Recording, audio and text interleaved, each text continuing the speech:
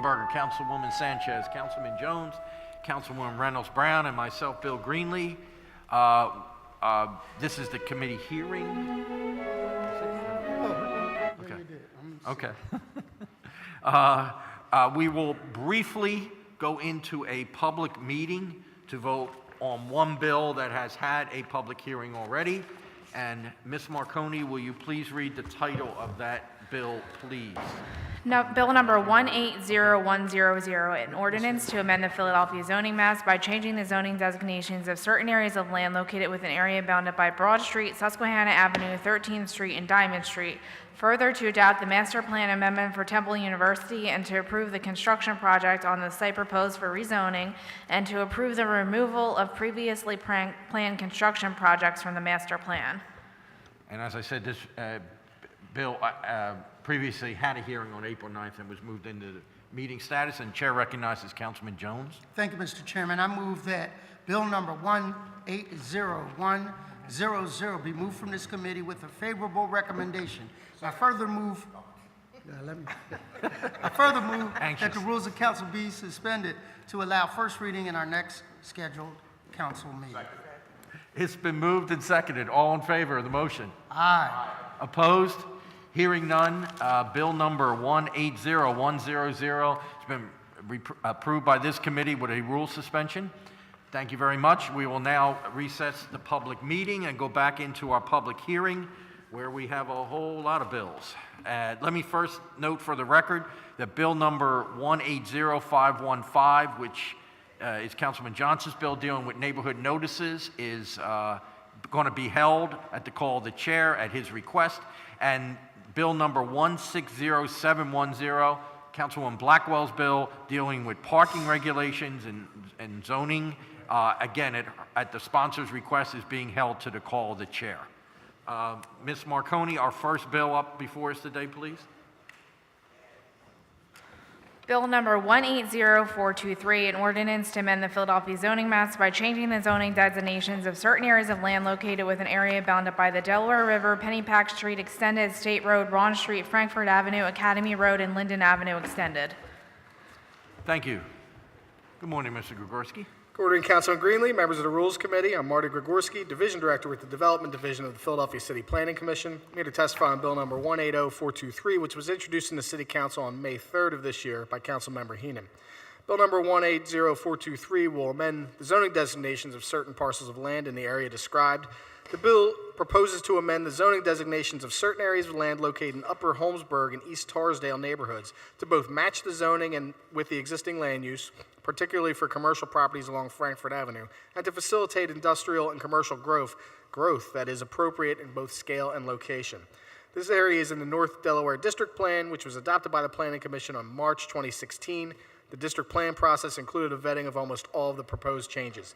The Philadelphia City Planning Commission will consider Bill number 180423 at its meeting of June 12th of this year, where the staff will recommend it for approval. And I'd be happy to answer any questions. Thank you, Mr. Grigorski. I see there is an amendment for this bill. Is that correct? This bill does have a technical amendment to it. It's just a technical amendment. Okay, good enough. Thank you. Any questions for Mr. Grigorski on this bill? The record will please reflect Councilman Squilla, Vice Chair of the committee, is present.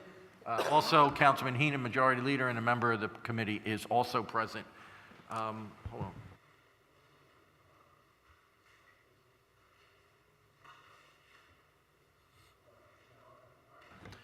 All right, if there are no questions, thank you, Mr. Grigorski. Who else is here to testify on this bill? Ms. Marconi, you have some names, I believe. Stanley Sywinski.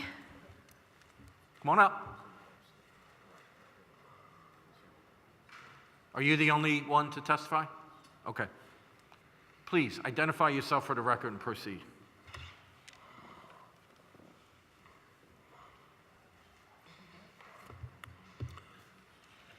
Good morning. My name is Stanley Sywinski. I am the president of the Upper Holmesburg Civic Association. Go ahead. All right. Good morning, Council President and City Council. Again, my name is Stanley Sywinski. I am the president of the Upper Holmesburg Civic Association. I'm here today to present testimony for our community on the unilateral remapping and rezoning being proposed in our district. At issue for today's hearing, excuse me, at issue for today's hearing are the changes listed on, I believe you have the map A2 and B2. The map is actually on my page 10. It shows a large portion of property currently owned by the Moranski family being changed from residential RSD3 to ICMX and CA2, which is a proposed plan for a Wawa site. Now let me get to why I'm here objecting to this proposal on behalf of the community of Upper Holmesburg. Back in 2010, city planning implemented the Upper Holmesburg 2035 plan. As you know, the 2035 initiative was a future-looking view of our community. For about a year, multiple meetings at multiple locations were planned on our future direction via town hall meetings and breakout sessions. It was a collaborative effort between city agencies and neighboring communities. In the end, it produced a document called the Upper Holmesburg North Neighborhood Goal and Strategies Report. If it's something you need to have, city planning does have it. I do have one copy here.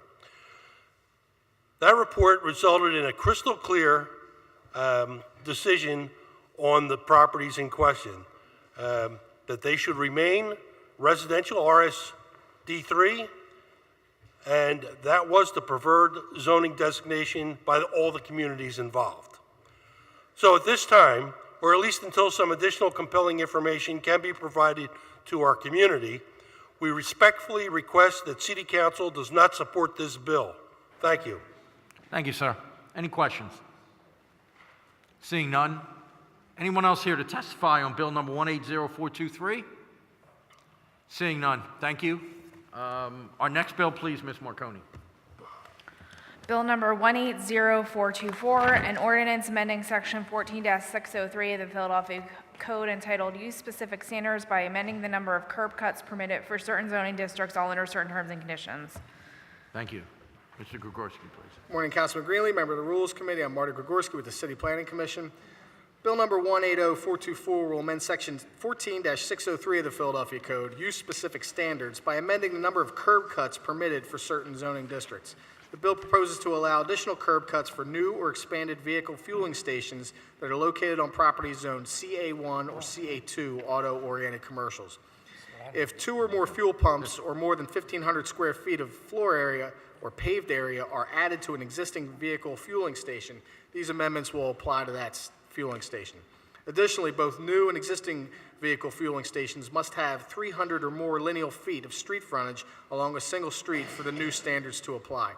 This amended section allows for 2 curb cuts for every street frontage of the property, as long as the 2 curb cuts are separated by a minimum of 100 feet and have a maximum width of 24 feet per curb cut if it provides both ingress and egress, or 12 feet per curb cut if it is one way. The Philadelphia City Planning Commission will consider bill number 180424 at its meeting of today, where the staff will recommend it for approval, and I'd be happy to answer any questions. Okay, thank you, Mr. Gregorski. Again, we have amendment. Now, that Correct. is that what you were... That's from the law department. They suggest the amendment just to make sure that it worked as it was intended. Just make sure all the Ts are crossed, Yes. right? Okay, all right, got you. Any questions for Mr. Gregorski on this bill? Seeing none, anyone else here to testify on bill number 180424? Seeing none, before we go to our next bill, please let the record reflect Councilwoman Blackwell is present. I know she has a bill coming up in a few minutes. Thank you. Ms. Marconi, our next bill, please. Bill number 180426, an ordinance to amend the Philadelphia zoning maps by changing the zoning designations of certain areas of land located within an area bounded by Packer Avenue, 10th Street, Citizens Bankway, Pattison Avenue, and Broad Street. Morning, Councilman Greenlee, member of the Rules Committee. I'm Marty Gregorski with the Philadelphia City Planning Commission. This bill rezones part of the residential neighborhood adjacent to the sports stadiums in South Philadelphia. It seeks to correct zoning to match existing land uses and is consistent with the community goals and recommendations of the Lower South District Plan. Planning Commission staff has worked with the leadership of the Veterans Stadium Neighborhood Civic Association on this remapping. Philadelphia City Planning Commission considered bill number 180426 at its meeting of May 15th of this year and recommended it for approval, and I'd be happy to answer any questions at this time. Thank you, sir. Any questions for Mr. Gregorski on this bill? Seeing none, anyone else here to testify on bill number 180426? Again, seeing none. Thank you. Ms. Marconi, our next bill, please.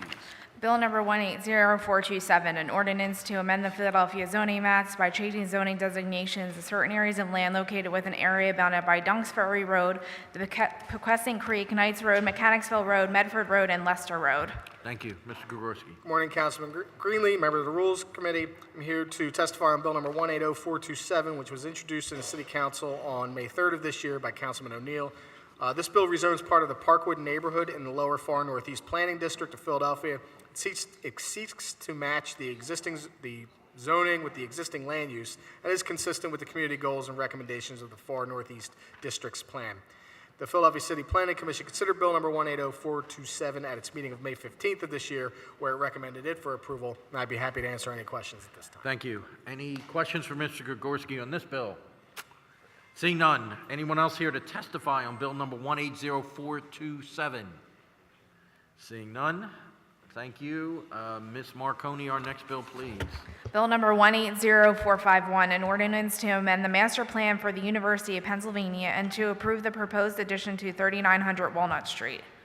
Thank you. Mr. Gregorski, please. Morning, Chairman Greenlee, members of the Rules Committee, Marty Gregorski with the Philadelphia City Planning Commission. I'm here to testify on bill number 180451, which was introduced in the City Council on May 10th of this year by Councilmember Blackwell. Bill number 180451 approves a special purpose institutional SPINS district master plan amendment for the University of Pennsylvania to permit the construction of 3 adjacent buildings collectively referred to as the New College House West. The project site is 3900 to 46 Walnut Street and will occupy much of the existing open space southeast of the intersection of Walnut and South 40th Street. The development will expand the district's occupied area by 42,542 square feet and its gross floor area by 245,000 square feet. Together, the buildings will serve as a student dormitory for the university and will include associated uses. The arrangement of the buildings will create a public green space. The Civic Design Review Committee held a meeting on this project on April 3rd of this year, where this project was seen for the second and final time, completing the Civic Design Review process. Philadelphia City Planning Commission considered bill number 180451 at its meeting of April 17th of this year, where they recommended it for approval. I'd be happy to answer any questions at this time. All right, thank you, sir. First, please let the record reflect Councilman Johnson, member of the committee, is present. Councilwoman Blackwell first, and then Councilwoman Reynolds Brown. Thank you. We are happy to support this bill. As has been noted, it amends the master plan, which means it's in Penn area, so it doesn't affect, for the most part, of course it will service the area, but it's in the Penn area, so it doesn't affect anyone else. And I also wanted to thank you all for agreeing or for considering holding the first bill, and that was because one of the members of council wants to amend it and has not yet prepared the amendments that they request. Thank you. I'm sorry, Councilwoman, I missed that. You saying You didn't miss a thing. Okay. But I know there is an amendment on record. We have the amendment already? Or? Yes. Okay. Yeah. all Looks right. like it's adding the EEOP plan. Pardon me? It looks like it's adding the EEOP. Oh, EOP. Okay, got you. Councilwoman Reynolds Brown? Yes, good morning, good morning. Could you please help me by talking a little slower and pulling the mic closer? Okay, sorry. Now, I think I did hear Councilwoman Blackwell affirm that this is in the Penn area. You said it's new college housing? Yes, it's a student dormitory with associated uses. Okay, and so is parking an element of this new student housing? Parking, the way parking works for the universities is it's parking for the entire district. So when you build a new building, there's a parking requirement, but it doesn't have to necessarily be right next to the building where you're putting it. Penn has over double the required parking. Penn has what? Over double the required parking. Oh, okay. Okay. Already, so. And then you said something about public space. Right, it's going to create a public space around the back of the building itself. So that means what? That the local community will have access to be engaged and participate? Everyone will be able to go. Okay, all right then. Thank you, Mr. Chairman. Okay, thank you, Councilwoman. Any other questions for Mr. Gregorski on this bill? Seeing none. Anyone else here to testify on bill number 180451? Seeing none, thank you. At the request of the sponsor, we're going to go back to bill number 180423, and I want to recognize Councilman Heenan. Thank you, Mr. Chair. Now, I apologize for going out of order. Kind of just got in here. If I may ask Michael Cooley and Stan Sawinski for Upper Holmesburg Civic Association to please approach. Gentlemen.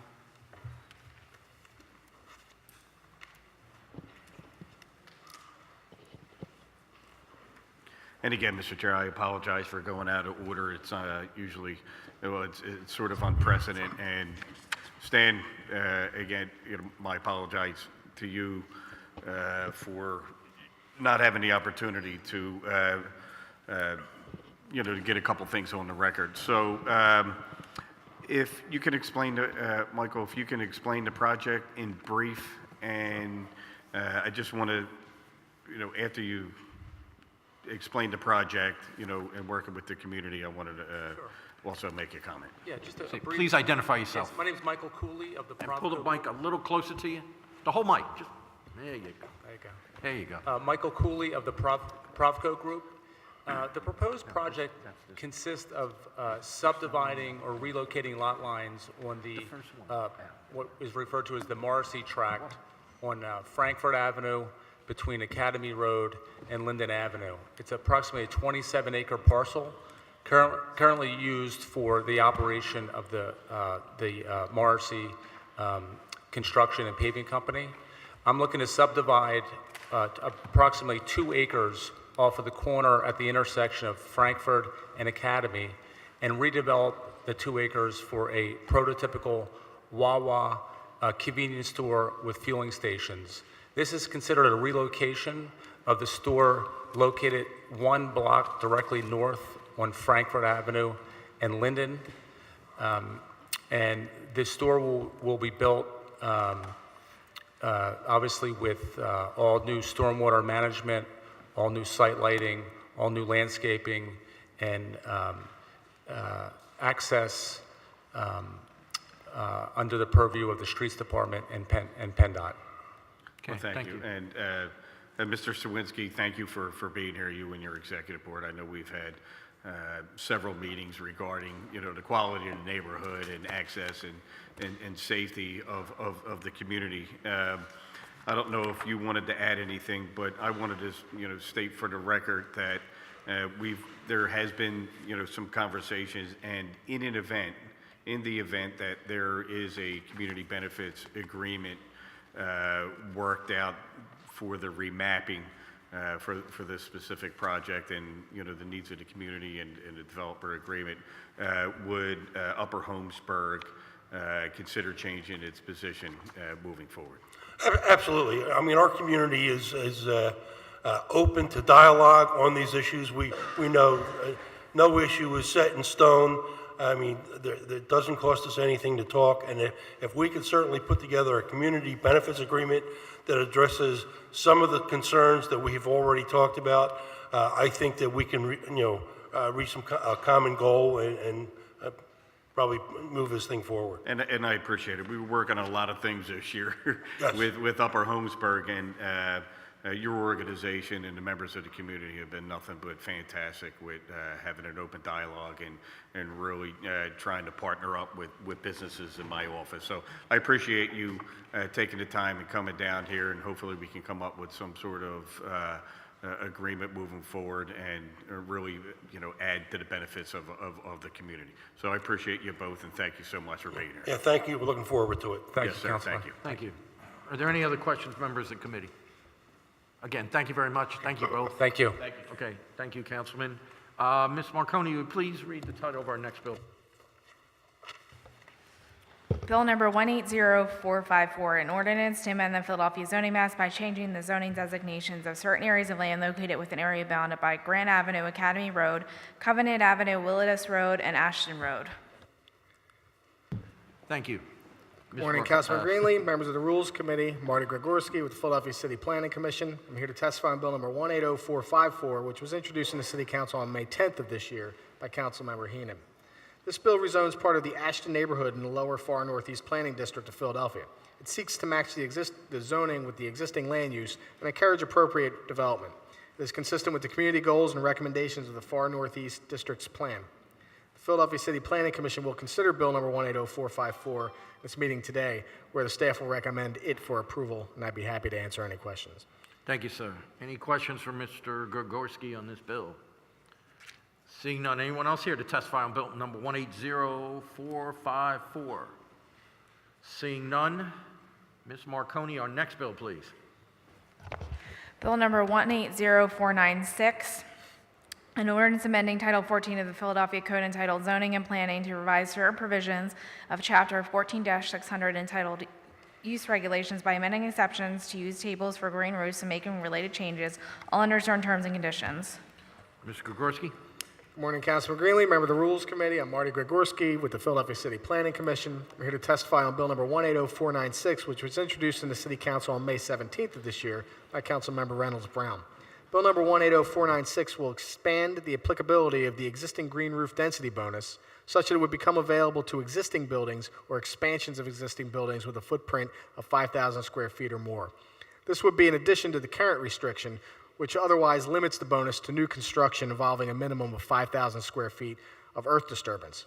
The amendment is consistent with the bill that created this bonus, 150745, which was recommended for approval by the Planning Commission at its meeting of October 20th, 2015. It also is consistent with subsequent amendments, bill numbers 170495 and 170818, which were also recommended for approval by the Planning Commission at its meeting of June 13th, 2017 and October 17th, 2017, respectively.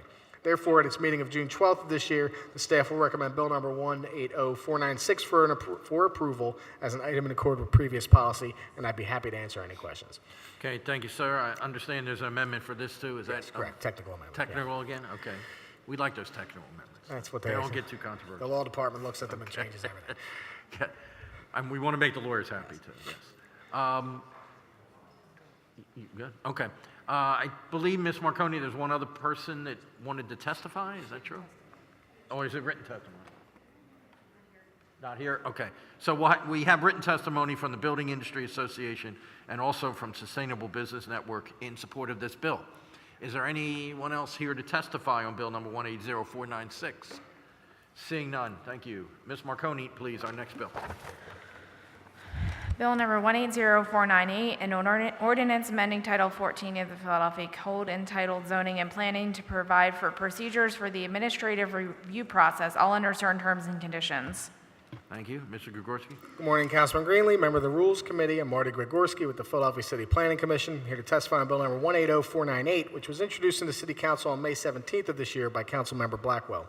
Bill number 180498 amends the Philadelphia zoning code by amending Chapter 14-300, Administration and Procedures. Section 14-303, Common Procedures and Requirements. This bill will state the procedures for administrative review process for cases that were previously approved by the Zoning Board of Adjustment, where applicants want to modify the scope of their original approval. These rules are currently included in the internal regulations of the ZBA. This bill will move them to the zoning code. While the staff is generally supportive of this bill, we would like to delete the section giving the zoning board chair the sole right to overrule LNI's decision, which could lead to questions regarding the transparency of this process. The Philadelphia City Planning Commission will consider bill number 180498 at its meeting of June 12th of this year, where the staff will recommend it for approval with an amendment, and I'd be happy to answer any questions at this time. Thank you, sir. This amendment that is listed here, is that the amendment you're talking about? That is correct, That yes. is. So And the that's- law department made a number of That's changes. what you were, okay. Gotcha. Councilwoman Blackwell? Thank you. We were very pleased on this bill. It looks like everybody agreed. We're pleased that the law department, with advice from the administration, prepared the amendments. We're so pleased that now council can be involved when it comes out. Before the administrative review can be heard, we've got to be notified as well, and after. So all the way around. We were included, so we can't hear about zoning notices after the fact that things happened and decisions were made without the district council person knowing. So we are grateful that this is one of those bills where everybody came together We're grateful. We don't know what precipitated it, but we're glad it happened, and we say thank you and hope the committee will positively consider it as well. Thank you, Councilwoman. Thank And you. please let the record reflect Councilwoman Bass, member of the committee, is present. Is there anyone else on the list, Ms. Marconi? Steve Masters. Is he here? I know you're not Steve Masters, but I guess you... You want to speak for him? Go ahead, come on up. Yes, absolutely. Now, we have his written testimony, so do you have anything to add, or? No, I'm just... No, you got to speak in the microphone if you got to come up. Let me speak to him. Just state your name. Oh, there he is. Steve, we have your written testimony. Maybe you just want to summarize. We'd appreciate it. Here testifying. Just identify yourself, proceed. You know how this place works. Good morning, Chairman Greenlee, members of the morning. committee. My name is Steve Masters, president of Just Laws. I'm here on behalf of two clients, RCOs, King Session Spirit, and West Philly Pride. We come before you today in qualified support for Councilwoman Blackwell's efforts to increase transparency for a little-known but increasingly abused process known as administrative review. The bill is a good start, but there's a lot more work needed to fix our broken administrative review process. There are no reported statistics for the number and frequency of administrative review requests, nor do we have any publicly available data on how many permits have been issued through the process, but anecdotally, we understand that in the early years, the administrative review requests were very rare. However, in the past year or so, they are now coming in at 3 to 4 every week. What exactly is administrative review, and why do we characterize it as a process subject to abuse? Administrative review is supposed to come into the picture only when there's a minor change that needs to be made to a previously granted variance or special exception. Yes. As the rules are written, administrative review should be a very rare event. Basically, administrative review should only be sought when there has to be a reduction in one aspect or another of the plan. Less residential units, smaller building dimensions, a reduced number of commercial or industrial uses. The bill contains the same procedure as the current regulations, although I haven't seen the amendment, so I don't know if there are specific changes that I haven't seen at this point. Basically, the problem comes not when L&I is looking at administrative review requests, but when it gets kicked up to the zoning board and the chair takes a look at it. While the chair is supposed to follow the clear language of the regulations, and now it would be the same as in the bill, recent examples demonstrate that the process is very broken. We wanted to bring to your attention two cases in particular. They both occurred in West Philadelphia. One is happening right now dealing with the Apple Storage building at 780 South 52nd Street. That case was originally granted a variance back in 2012 under the old zoning code before we even had a new zoning code. It was for 112 apartments and 92 parking spaces, and there was significant community opposition at the time. 5 years later, before any construction was done, the developer went behind the community's back through administrative review and bumped up the number of units from 112 to 153. That was done in April of 2017. L&I refused it correctly because it didn't meet the criteria for administrative review, but then it went to the zoning board chair at the time, Carol Teneri, and she approved it.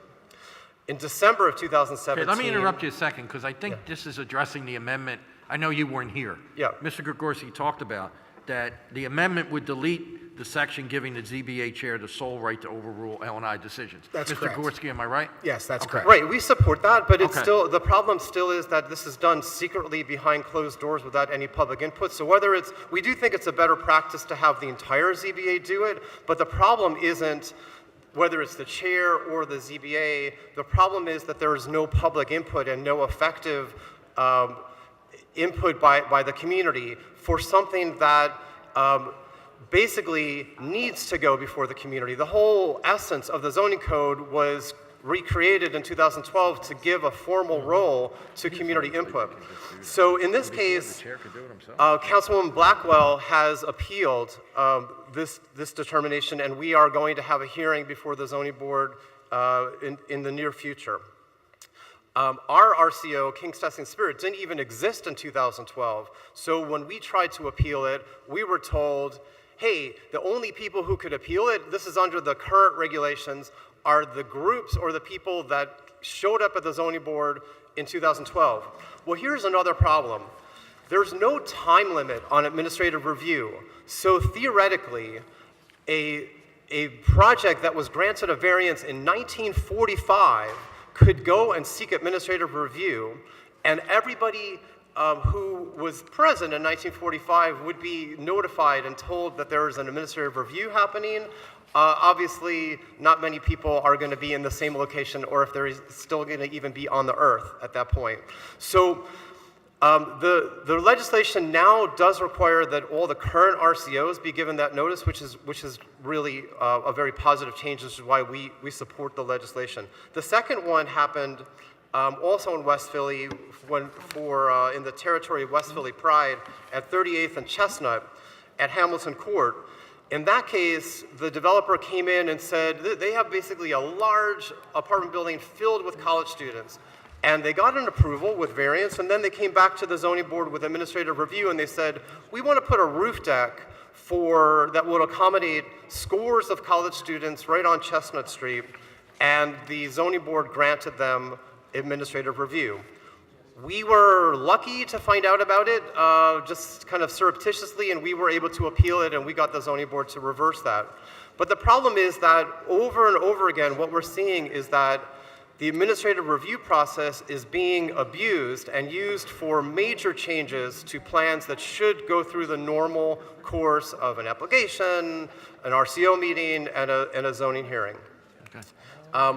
Lastly, Mr. Chairman and members of the committee, we're asking council to call hearings, to do an investigation on the nature of administrative review. This legislation is a good first step, but what we're seeing, especially in the last year, is an onslaught of applications for administrative review to really circumvent the public community accountability. That is the cornerstone of our zoning code. So we would hope that whether it's this committee or perhaps it's going to be the L&I committee, would do an investigation on the prevalence and the impact of administrative review applications on the whole zoning code's integrity. Okay. Thank you very much. Thank you. Were you going to say anything else, or no? I was just here in support. My name is Connor McAleer. I'm Chair of Zoning for King's Testing Spirit. Okay, great. Thank you. Any questions? Seeing none, anyone else here to testify on bill number 180498? Seeing none, thank you. Thank you very much. Ms. Marconi on next bill, please. Bill number 180501, an ordinance amending chapter 14-500 of the Philadelphia Code entitled Overlay Zoning Districts by creating a new overlay entitled FAO Frankfurt Academy Overlay District and making changes, all under certain current terms and conditions. Thank you, Mr. Grigorski. Good morning, Councilman Greenlee, members of the Rules Committee. I'm Marty Grigorski with the Philadelphia City Planning Commission. I'm here to testify on bill number 180501, which was introduced in the City Council on May 17th of this year by Councilmember Heenan. Bill number 180501 will amend Chapter 14-500 of the Philadelphia Code entitled Overlay Zoning Districts by creating a new overlay entitled /FAO Frankfurt Academy Overlay District. This bill allows all permitted curb cuts in an area bounded by Frankfurt Avenue, the Delaware Expressway ramps, Linden Avenue, and Torresdale Avenue to be a maximum of 30 feet wide. Currently, the zoning code, curb cuts may only be 24 feet wide if they provide ingress and egress, and 12 feet wide if they are one way. The city planning staff believes that the proper mechanism for relief from the curb cut provisions is through the zoning board of adjustment process rather than amending the code for a single property. Philadelphia City Planning Commission will consider bill number 180501 at its meeting of today, where the staff will not recommend it for approval, and I'd be happy to answer any questions. Thank you. Any questions? Seeing none. Anyone else here to testify on bill number 180501? Seeing none. If I could ask everybody, the level's starting to get a little high here. About 12 people talking at the same time. Mr. Huntington, thank you. He's not listening to me, but please, thank you. I appreciate it. Thank you, Councilman Heenan. Okay, it takes care of 501. Our next bill, please, Ms. Marconi. Bill number 180503, an ordinance to amend the Philadelphia zoning maps by changing the zoning designations of certain areas of land located within an area bounded by Bluegrass Road, Grant Avenue, Ashton Road, Wiltis Road, Welsh Road, Dewey Street, Revere Street, Tremont Street, Leonard Street, and Welsh Road. Thank you, Mr. Gregorski. Good morning, Councilman Greenlee, member of the Rules Committee. I'm Marty Gregorski with the Philadelphia City Planning Commission. I'm here to testify on bill number 180503, which was introduced in the City Council on May 17th of this year by Councilman Heenan. This bill rezones part of the Home Circle and Ashton neighborhoods in the lower far northeast planning district of Philadelphia. It seeks to match the zoning with the existing land use and is consistent with the community goals and recommendations of the far northeast district's plan. The Philadelphia City Planning Commission will consider bill number 180503 at its meeting today, where the staff will recommend it for approval, and I'd be happy to answer any questions. Thank you, sir. Any questions for Mr. Gregorski on this bill? Seeing none. Anyone else here to testify on bill number 180503? Seeing none. Ms. Marconi, our next bill, please. Bill number 180505, an ordinance to amend the Philadelphia zoning maps by changing the zoning designations of certain areas of land located within an area bounded by Haverford Road, Haverford Avenue, Felton Street, Arch Street, and Grove Street. Thank you, Mr. Good morning, Councilman Greenlee, members of the Rules Committee. I'm Marty Gregorski with the Philadelphia City Planning Commission. I'm here to testify on bill number 180505, which was introduced in the City Council on May 17th of this year by Councilman Jones. This bill rezones part of the Haddington, Carroll Park, and Morris Park neighborhoods in West Planning District of Philadelphia.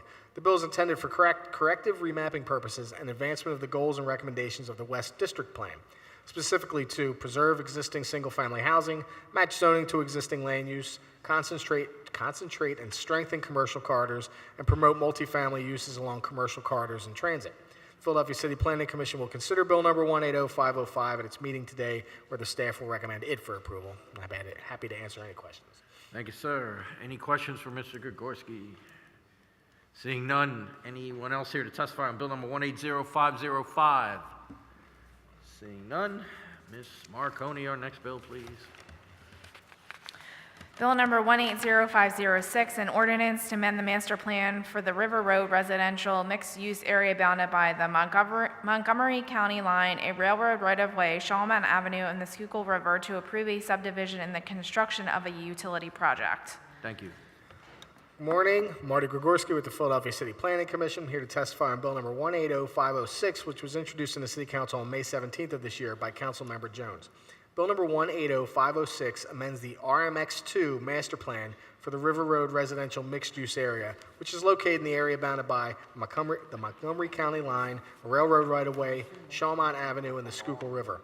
The master plan was created by bill number 080255, approved in April 2008.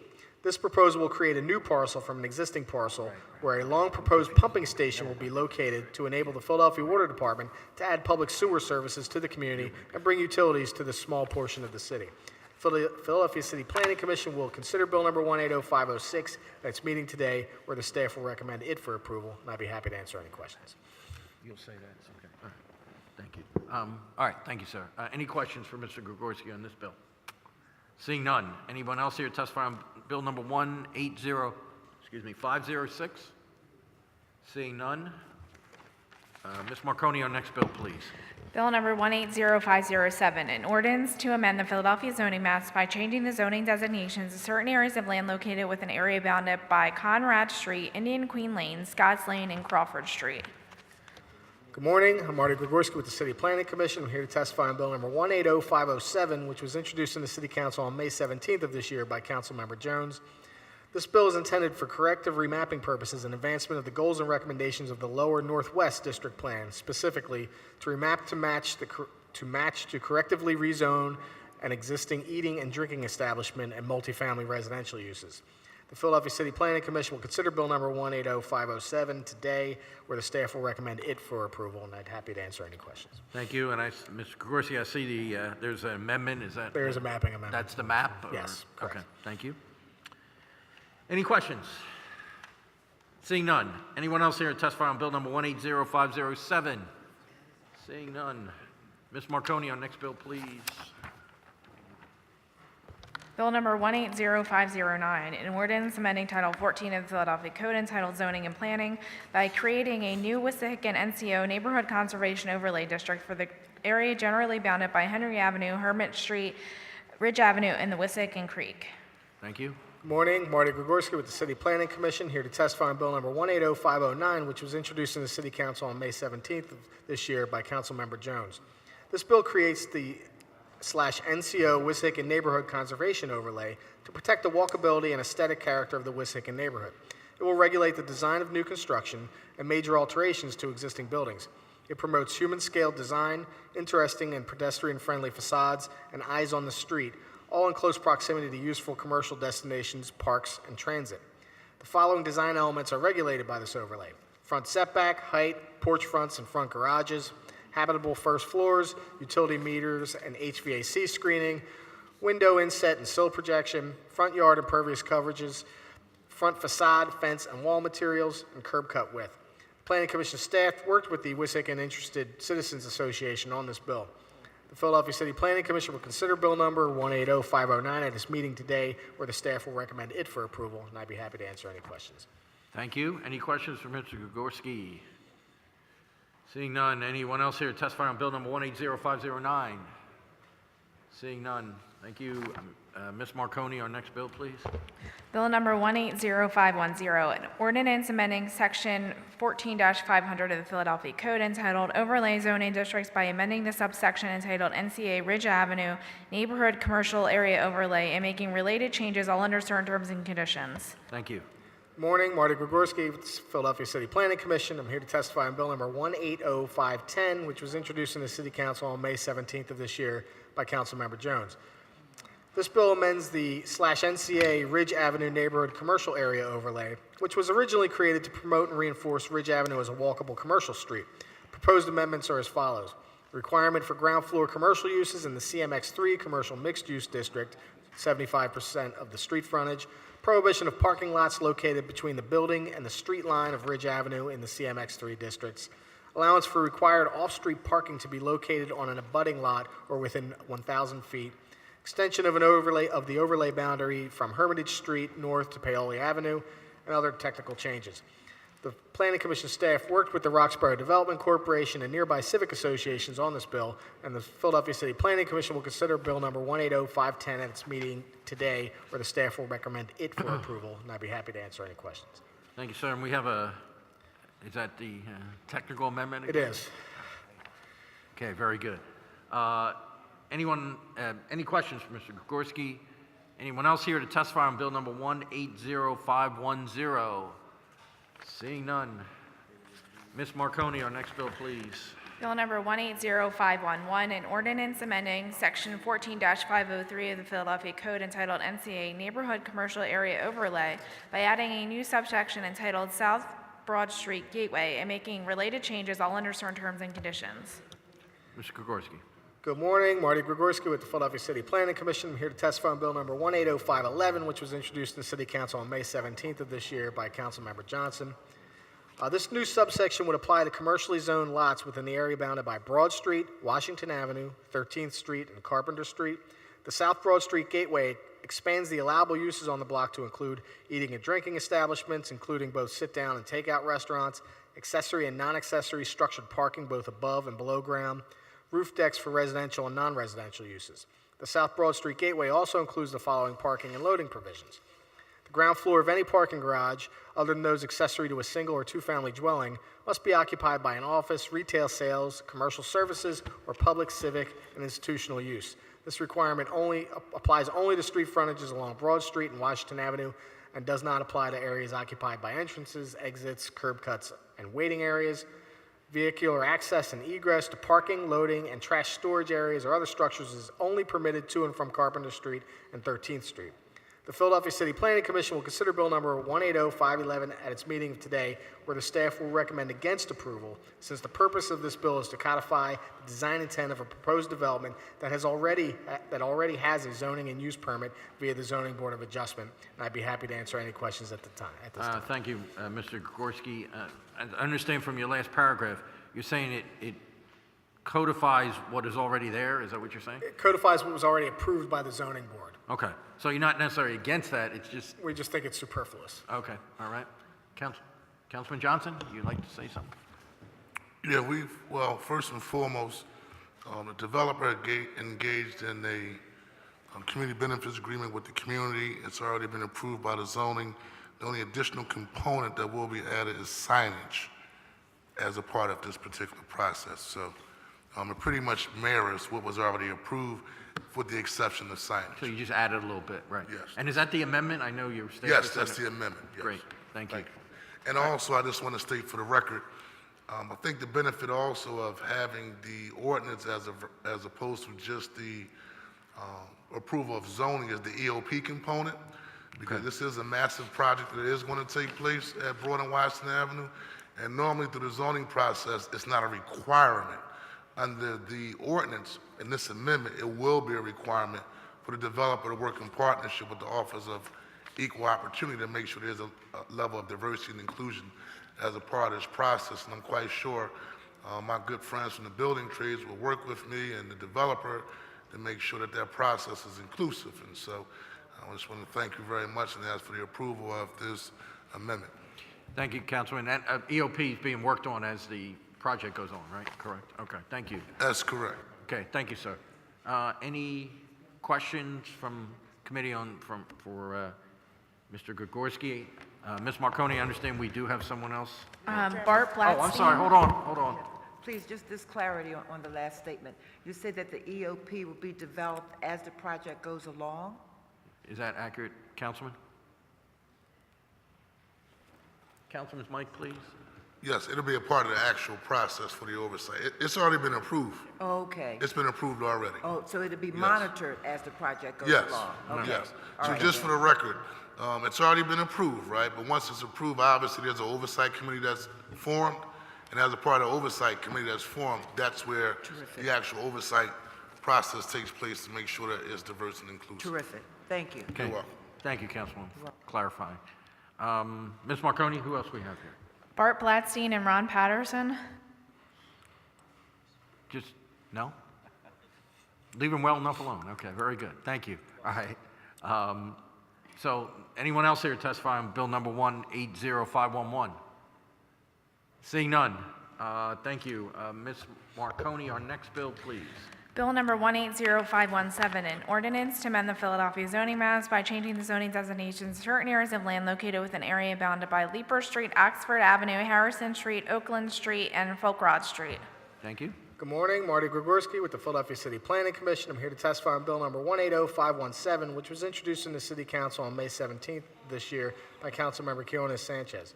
Bill number 180517 will amend the zoning designations of certain parcels of land located in the area described. This bill correctly rezones single-family homes from multifamily zoning district to the correct single-family zoning district. The Philadelphia City Planning Commission will consider bill number 180517 at its meeting today, where the staff will recommend it for approval, and I'd be happy to answer any questions. Thank you, sir. Any questions? Seeing none. Anyone else here to testify on bill number 180517? Seeing none. Ms. Marconi, our next bill, please. Bill number 180518, an ordinance to amend the Philadelphia zoning maps by changing zoning designations of certain area of land located within an area bounded by Roosevelt Boulevard, Godfrey Avenue, Casher Avenue, and Fillmore Street. Thank you.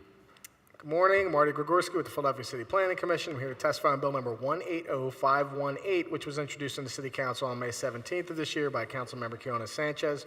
Bill number 180518 amends the Philadelphia zoning maps. This bill proposes to rezone 3 blocks of the existing single-family, semi-detached houses within the historic Northwood District from RM3 multifamily residential to RSA3 residential single-family to match the existing uses.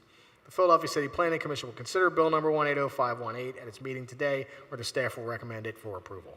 I'd be happy to answer any questions. Thank you. Any questions? Seeing none. Anyone else here to testify on bill number 180518? Seeing none. Ms. Marconi, our next one, please.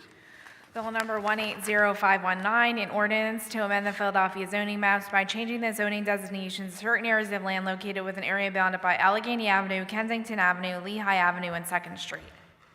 Marty Gregorski with the Philadelphia City Planning Commission, here to testify on bill number 180519, which was introduced in the City Council on May 17th of this year by Councilwoman Kiona Sanchez.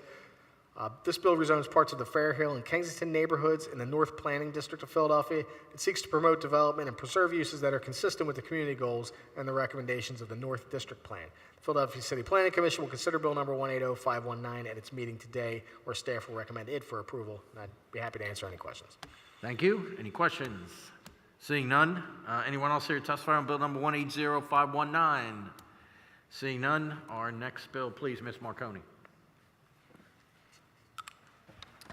Bill number 180346, an ordinance to amend Title 14 of the Philadelphia Code entitled Zoning and Planning by revising and clarifying certain provisions and making technical changes all under certain terms and conditions. Morning, Marty Gregorski with the Philadelphia City Planning Commission, here to testify on bill number 180346, was introduced in the City Council on April 12th of this year by Councilmember Greenlee. Bill number 180346 contains a number of proposed technical changes to the Philadelphia Zoning Code. These provisions are based on the recommendations of the Zoning Technical Committee, an interagency group comprised of the Department of License and Inspections, Philadelphia City Planning Commission, the Development Services Division, and the Law Department, who continually review the zoning code and propose any needed changes. This document includes recommended changes to clarify uses in the zoning code, advance appropriate planning and development goals, and protect neighborhood character. The Philadelphia City Planning Commission considered bill number 180346 at its meeting of May 15th of this year and recommended it for approval, and I'd be happy to answer any questions. Thank you. And I see we have amendments, so there's more technical And amendments. these are to the most technical and amendments. boring Okay. amendments of all. So we'll have all the technical amendments, okay. Until the next time for technical amendments. okay. Exactly. And just for the record, we've had a briefing on this where all council members and staff were invited to hear the presentation on this. Any questions?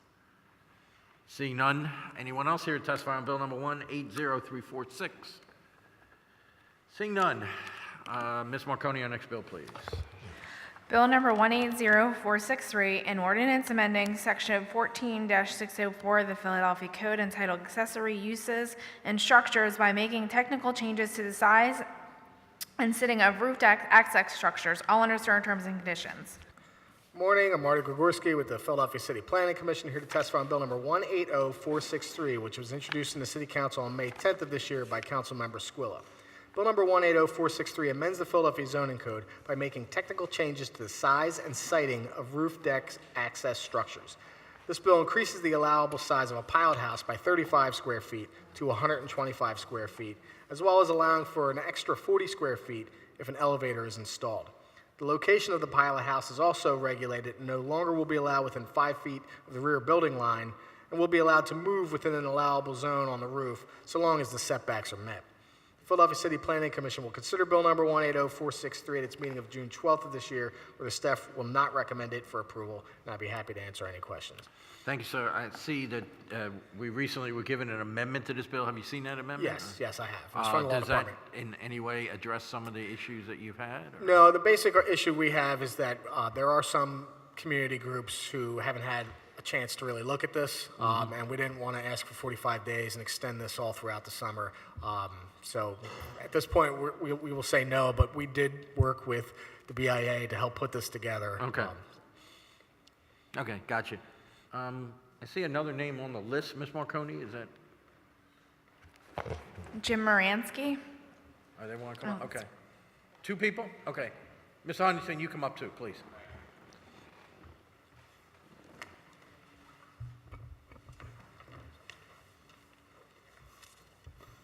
Please, identify yourself and proceed, please. My name is James Moranski. I'm the president of the Building Industry Association of Philadelphia, which represents residential home builders, residential contractors, and suppliers. We would like to thank Chairman Greenlee and the members of the Committee on the Rules for the opportunity to testify before you today. I'm here to testify in support of Bill number 180463, which was introduced by Councilman Squilla at the BIA's request, and is designed to standardize how roof deck access structures, commonly known as pilot houses, are constructed in Philadelphia. This legislation provides some flexibility to the original pilot house ordinance, which limited the extension to 90 square feet. That size does not accommodate for different stair configurations or the addition of an elevator for rooftop access, and thus currently requires needless returns to the zoning board for variances due to updates to the pilot house design and house layout, which happen after zoning permits are obtained. The legislation gives the needed flexibility to allow various types of stairs for changes in the actual location of the pilot house while preserving the limitations that keep the roof access simple and set back from the front and rear of the house. Standardizing the placement and construction of pilot houses is an unfortunate necessity. Before the recent legislation, too many reckless developers were creating oversized pilot houses that awkwardly loomed over the street and its neighbors as a way to create an extra floor that wasn't allowed by code. Bill number 180463 will help prevent those situations by creating reasonable standards that developers can follow for easy roof access without disturbing the aesthetics of the neighborhood by setting the pilot house back far enough that it will not be seen from the street. The BIA supports Bill number 180463, which will benefit both residential builders and the Philadelphia communities. And we thank Councilman Squilla and the staff of the Planning Commission for working with us and collaborating with us on this proposed solution. Thank you for your consideration. Thank you, sir. Mr. Huntington, please identify yourself, proceed. Good morning. I'm Steve Huntington. I'm here testifying on behalf of the Crosstown Coalition, which is 31 civic associations which are federated together. I'm not here to comment on the contents of this bill, but on the process used to present this bill. We see a number of items that we like in the bill, but we haven't been given an opportunity to hear the Planning Commission's comments this afternoon, nor, and we requested that this bill be delayed because we're meeting tomorrow night to consider the Planning Commission comments and the bill itself. Because we will not have the opportunity to hear from the Planning Commission or to meet and discuss this bill, we're seeking a continuance so that we need not be forced to make a half-baked decision on this matter. And it's not as though this is an emergency issue. We're talking about pilot houses here. This is not a budget item or something that needs immediate attention. So those are our thoughts. Thought one is we'd like to hear what the Planning Commission will say in detail this afternoon. And thought two is, as we've advised Council, we're meeting tomorrow night, and this is one of the items on our agenda. Thank you. Any questions? Seeing none. Anyone else here to testify on bill number 180463? Seeing none, thank you all. We will now move to our next bill. Ms. Marconi, please. Bill number 180504, an ordinance amending Title 14 of the Philadelphia Code entitled Zoning and Planning by revising Section 14-303, 11A, entitled Registered Community Organizations by providing funding for limited insurance coverage for registered community organizations, all under certain terms and conditions. Okay, before we hear from Mr. Gregorski, recognize Councilman Heenan sponsored a bill. Councilman? Thank you, Mr. Chairman, and I appreciate the opportunity to get it on the record. And this is, SLAP has been a ongoing issue across the city of Philadelphia, especially in my district. And, you know, it seems to have increased, you know, concern with community groups who are an extension of public participation, and I don't think that there's any kind of denial, right, or misconception that, you know, an organization that is governed by legislation, zoning legislation, is certainly an extension of public participation.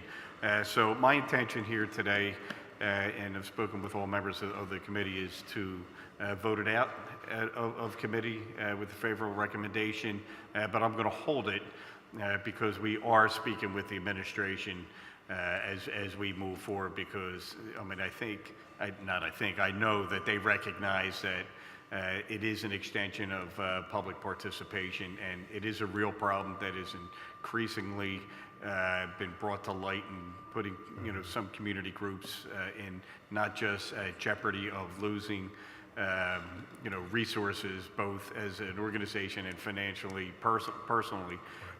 It's an ongoing problem. So I'm going to hold it on the floor, pending, ongoing and positive conversations that we're having with the administration. So thank you. Thank you, Councilman. Mr. Gregorski, please. Morning, Marty Gregorski with the Philadelphia City Planning Commission.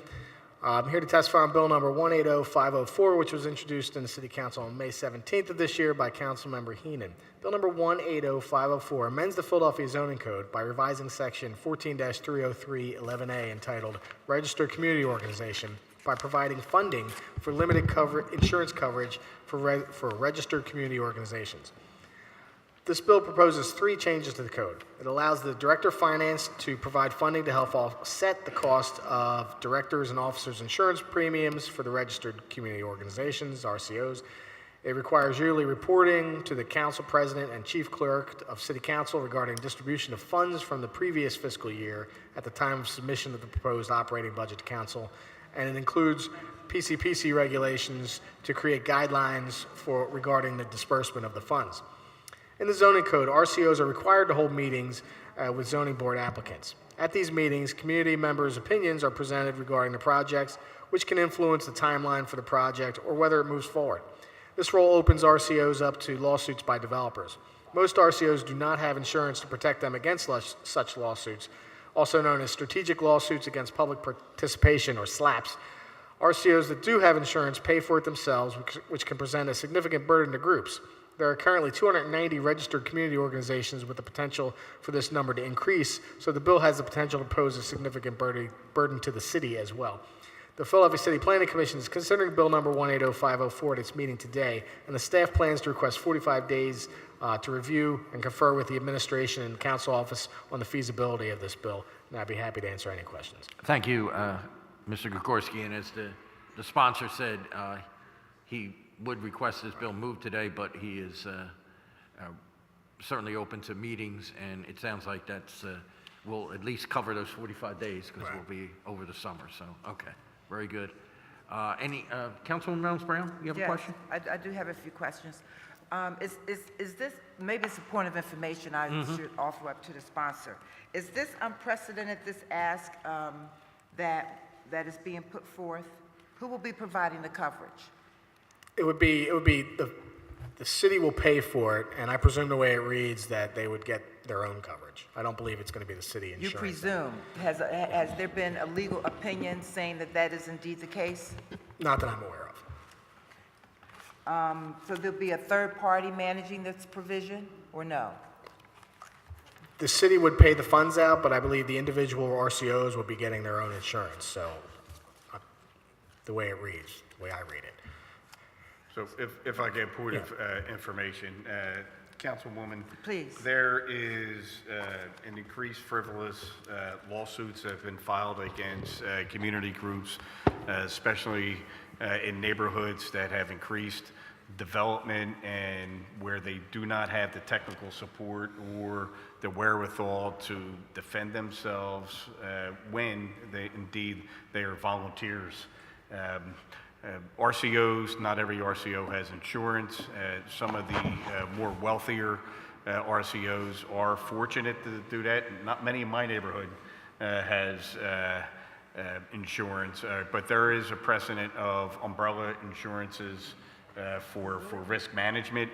So risk management in the city of Philadelphia are now taking a look at the impact on providing umbrella insurances. Now, some of the conversation for the record isn't just not requiring or providing full insurance for every RCO in the city of Philadelphia, but where there is an increase due to a lawsuit, possibly some of the differences in the increase of their premiums.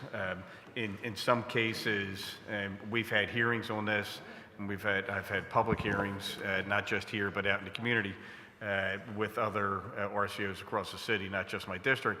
All right, but when you have a frivolous lawsuit that's filed against a community organization, their premiums go up Now, they are a volunteer organization. Their premiums go up to somebody like it's going on helicopter rides, or somebody that's providing bungee jumping and amusement rides. The risk is extremely high and unnecessarily, and in fact, it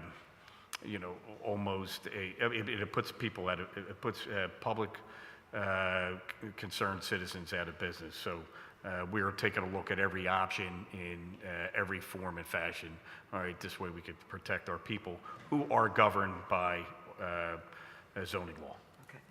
So that background is helpful. However, I need the answer to the question: how many lawsuits have been filed, and will the city ultimately be responsible for any kind of insurance for RCOs, whether they're volunteer or no? Who's going to bear the weight? Who's going to carry the bill and for insurance, full coverage or partial coverage?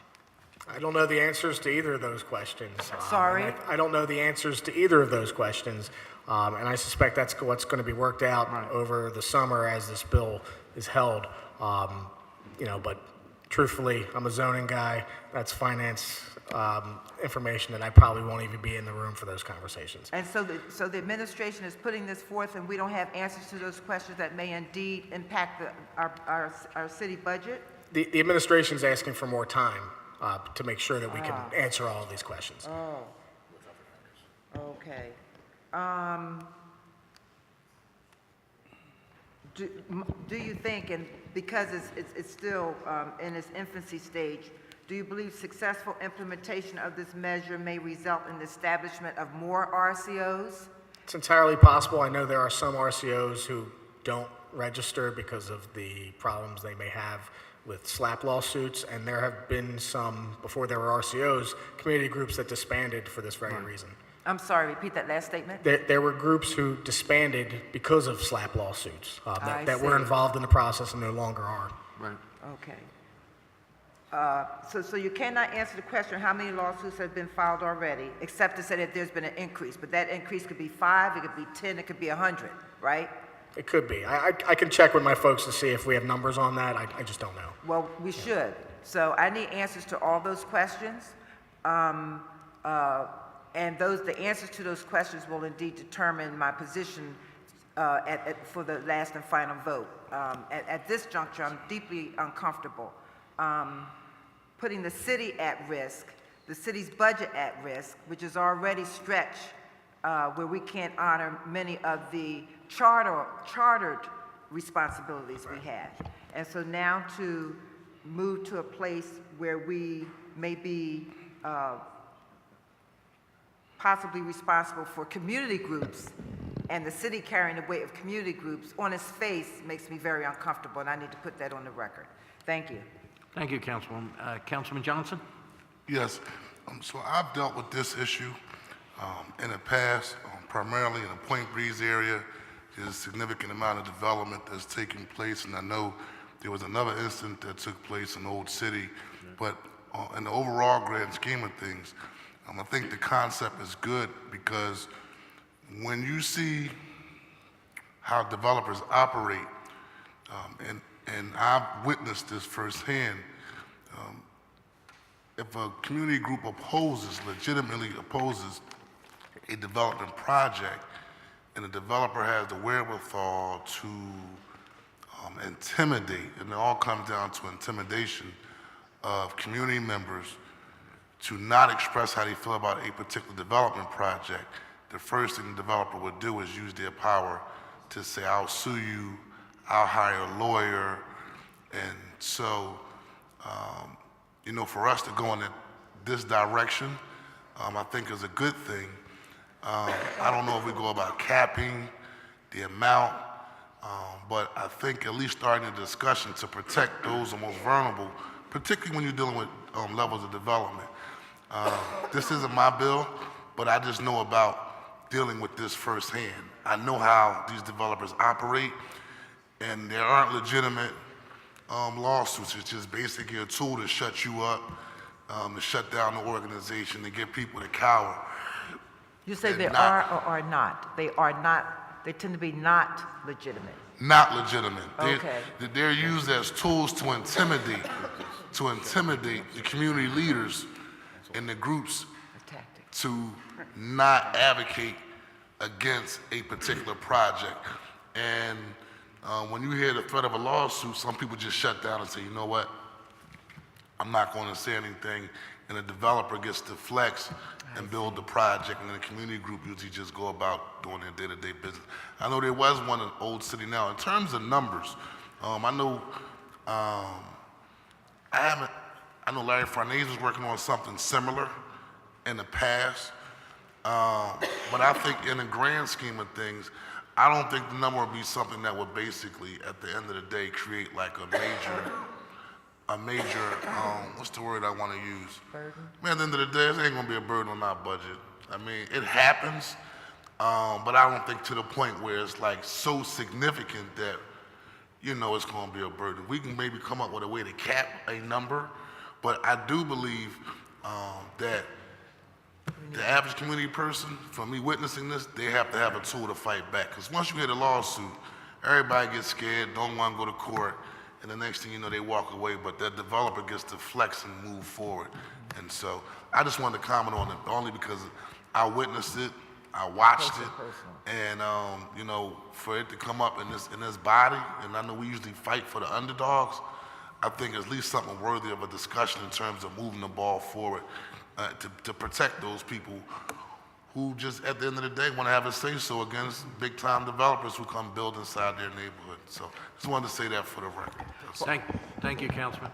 Councilman Heenan you want to? Well, all those points are well taken, and his remarks punctuate my interest in knowing how many, and actually how many have been put forth and then how many are dropped, because it then supports the sponsors and the councilman's position that is used as a tactical tool to shut down local citizens. And we can get that, Ms. Gregorski, we could work maybe with the law department, figure that out. If you get that information, we'll spread it to all members of council, actually, okay? All right, and Councilman thank you, Mr. Chair. And, you know, the questioning is great. I mean, we did have a hearing a few months ago, a full hearing for a couple hours on with community groups coming in and talk about, you know, ones that have been dissolved because of lawsuits. This really isn't going to have a significant or much of an impact on the budget whatsoever. You know, we do a lot of mandates around here that has a tremendous burden on the budget. You know, this is about protecting people, you know, all kinds of people, whether you're middle-class neighborhood and we're in a poor, underserved neighborhoods. All right, this is a people protection, you know, type of spirit legislation that tries to force us to come up with a creative way to ensure that neighborhoods are represented, you know, without being put out of business by, you know, people who are, you know, bad actors. And there's a lot of bad actors who are out there who are full of greed and not taking into consideration the little people who are just trying to be block captains and serve as civic leaders in their community. So this is not an administrative piece of legislation or bill. This is a council-driven piece of legislation that has been brought to us, you know, by members of communities across the city of Philadelphia. So I look forward to, you know, coming to some sort of resolve that makes sense for all parties involved. So thank you. Thank you, Councilman. Councilman Taubenberger, please. Mr. Chairman, thank you very much. And just a quick comment. I could not agree more with what Councilman Heenan has just stated. I think it's essential to help these small community groups, and I think, and volunteer associations as well, because I think they do a lot of work for our city, safeguarding people's interests, but more importantly, a lot of the groups also that are involved in this kind of thing, you know, work in helping the park system and so on. So I'm very, very supportive, and I thank Councilman Heenan for his lead on this issue. Thank you. Thank you, Councilman. And as was stated, more work will be done with this over the summer. So the councilman is not requesting this to be he's requesting it become a committee today, but he said he would hold it on the calendar over the summer. Thank you. Anyone else here to testify on this bill? All right, why don't you both come up, please?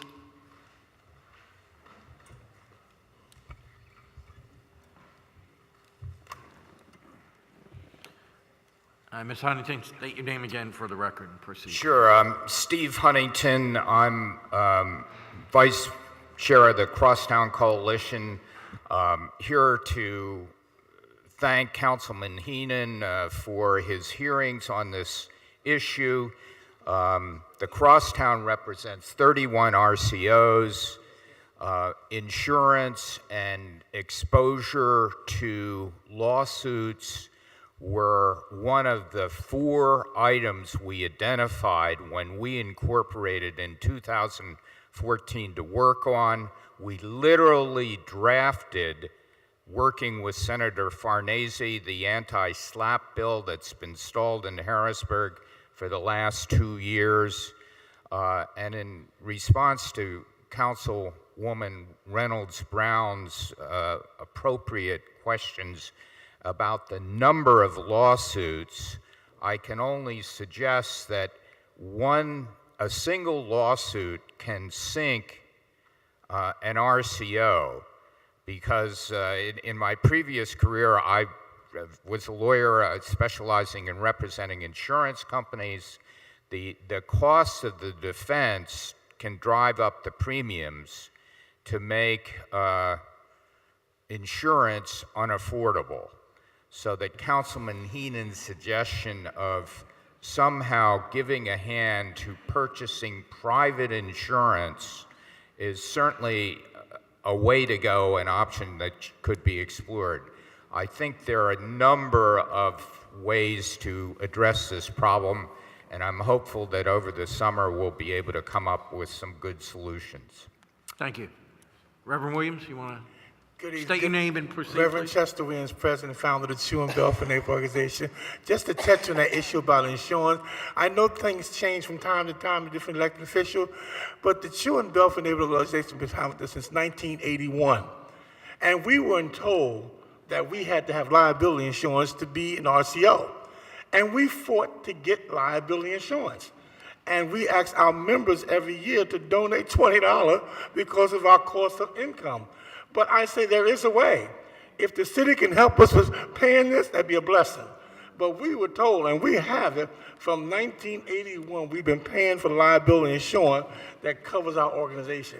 So I'd like to talk with you. Maybe you can help us on this. I don't know if you know we had it, but I just had to say something. Please help us, because we don't want to be a sinking ship if something do happen that someone want to sue the Chew and Belfield, because we have liability insurance. Thank you. Thank you, Reverend Williams. Any questions?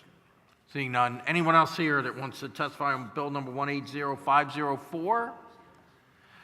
Seeing none. Ms. Marconi, our last bill of today, which I think a lot of people are here for. Bill number 180295, an ordinance amending Title 14 of the Philadelphia Code entitled Zoning and Planning by amending the one-year rule, modifying certain public notice requirements, and making related changes all under certain terms and conditions. Thank you. Before we hear from Mr. Gregorski, Chair recognizes Councilwoman Bass, sponsor of the bill, please. Good morning. Thank you, Mr. Chairman. Good morning, everyone. And I wanted to thank everyone for attending this very important conversation and to hear about this piece of legislation. As a district council member, I often encounter zoning issues that easily could have been avoided simply by closing an existing loophole. And that is the purpose of this bill.